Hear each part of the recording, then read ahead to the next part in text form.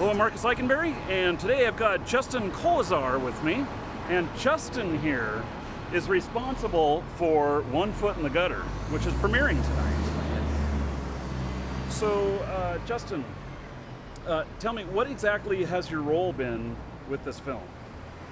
Primarily as a writer and director, but because it was kind of a small budget project, I ended up being obviously a producer too, pretty much putting the whole project together.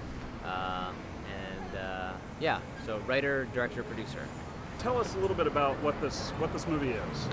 Well, it's a movie about a group of guys basically spending one last night together before the central character moves away.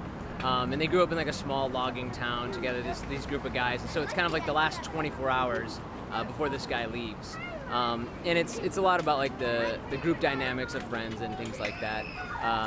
But essentially it's kind of like a buddy film, you know, about this group of guys that grew up together and their last night together. I have to say that I saw a movie poster for this. Yeah. It was freaking awesome. Yeah. What was that? What did it say? Missing. It said Lost, and it said Lost in big letters. And it said 78 beers, my gun, and my friend Marshall, which all takes place in the movie. So it's a Lost poster in the character of Daniel, one of the characters in the movie, and then there was another one that we did in the character of one of the guys, White, from the movie. So we did basically these fake Lost posters and fake party posters, rather than doing the traditional like cool picture with font. You know, we just did a handwritten poster. I thought it was very creative. I thought it was really great. You know, you pull a little number off, just like right. Just you know, and it says Baghdad Theater tonight at 6 o'clock or whatever. Right. So yeah, pretty slick. Yeah, I hope that they're effective because every other poster looks kind of the same, and these stuck out because they look so bad. They were just marker handwriting. So, yeah. So tell me a little bit about some of the challenges of making this film. Well, there's always the obvious challenges that, you know, we didn't have a lot of money. We shot a 20-day period, and we had, you know, about $12,000 to shoot. And so not having a lot of resources, not like having a lot of money is always something that's challenging. But, you know, we were able to pull through it, and it worked out. But it's always kind of the biggest one with independent films, money and time. So yeah. What was the single biggest hurdle to get over, other than money?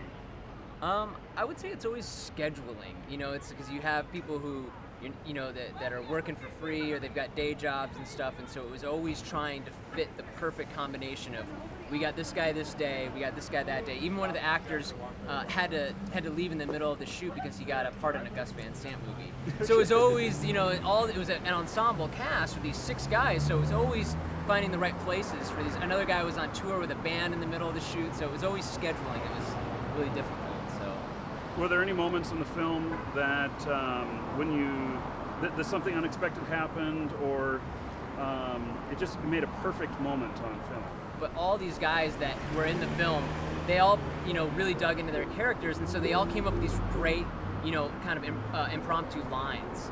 So the script really filled out a lot with them kind of bringing these ideas to the script themselves that were unexpected to me, you know, writing the script. And then they would say, you know, they'd add in a line at the end of the shoot, and it would be like, oh, that was brilliant, you know. And that happened quite often.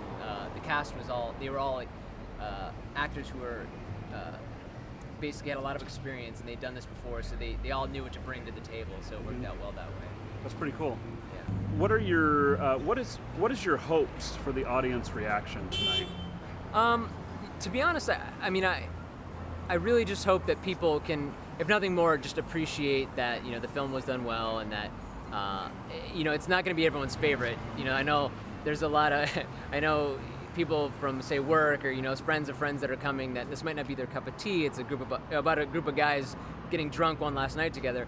But, you know, I hope that they appreciate the performances of the actors and all the work that went into it, you know, the entire cast and crew. More than anything is, you know, I feel like we did a good job, and it's a quality product, and I just hope that they can appreciate that more than anything. They don't even have to like it. They just have to appreciate the work that went into it. So, What is the most important thing to you right now? This, honestly, is it. I mean, I don't even have a girlfriend. This is what I do day in and day out is basically work on film, and that's basically the one thing that literally drives what I do every single day. It's kind of weird to get to that point, but even down to where I decide to eat in the morning, it's all based off of things like budgeting or whatever that relate to the filmmaking process. So yeah.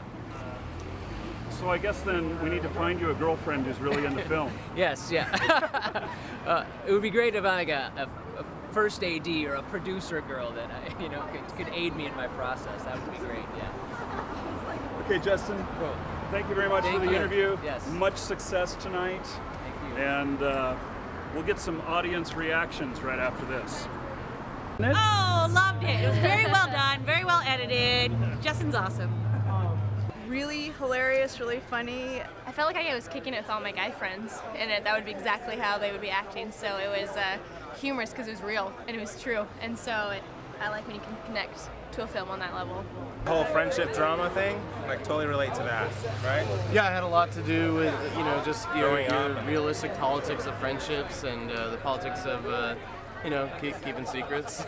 Trying to grow up, trying to move on, and sometimes your friends don't want you to, and Marshall was definitely wanting to, so yeah, I really related to it a lot.